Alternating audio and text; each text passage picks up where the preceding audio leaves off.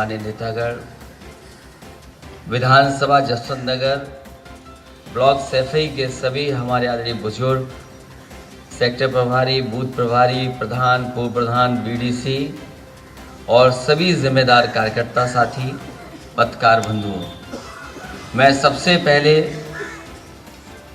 Samajwadi party के विधायक आदरणीय शिवपाल सिंह यादव जी का बहुत बहुत धन्यवाद और आभार प्रकट करना चाहता हूँ कि जिन्होंने यहाँ के जिम्मेदार कार्यकर्ता नेताओं को बुला करके इस महत्वपूर्ण चुनाव में अपील करने का काम किया है।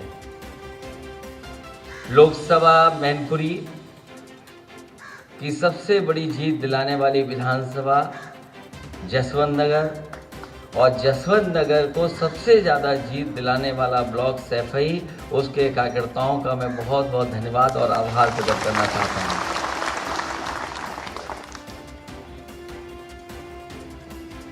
आने वाले चुनाव में जो 5 तारीख को होने जा रहा है, बहुत महत्वपूर्ण बातें पहले भी कही जा चुकी हैं और बाद में भी कही जाएंगी। ये जो चुनाव होने जा रहा है, ये विशेष परिस्थितियों में चुनाव होने जा रहा है। मैं आपको किसी को नहीं पता था कि हमारे और आपके ऊपर ऐसा चुनाव आ जाएगा और नेताजी हमारे बीच में नहीं रहेंगे। ये ऐसा पहला चुनाव है जब नेताजी हमारे बीच में नहीं है।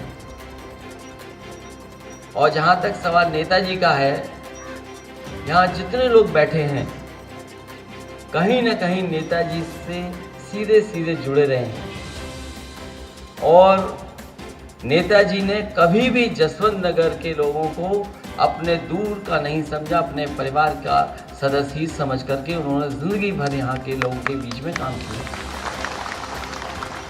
मैंने कई मौकों पर कहा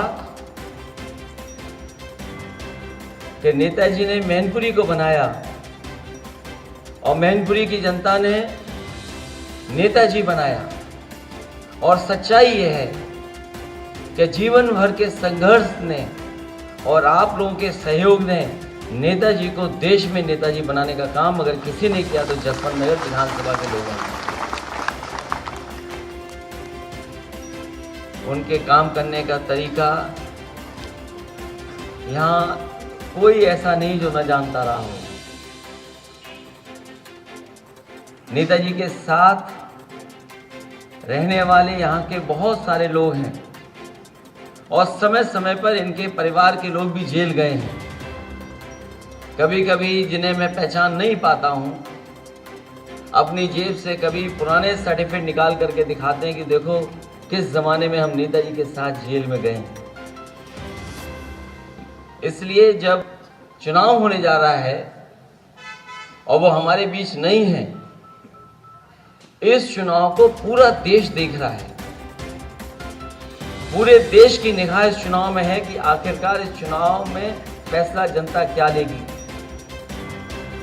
और आज मैं ये कह सकता हूं कि पूरा देश देखेगा कि ऐतिहासिक जीत से इस बार समाजवादी पार्टी यहां से जीतने जा रही है।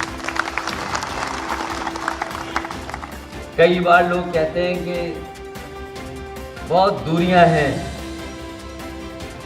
मैं आप सबको बता दूं, चाचा और भतीजे में दूरियां नहीं थी,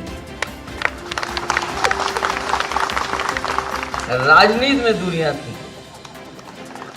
चाचा भतीजे में मैंने कभी दूरी नहीं मानी और मुझे खुशी इस बात की है कि राजनीति की भी दूरियां आज खत्म हो गई। इसके लिए मैं बहुत बहुत धन्यवाद देता हूं।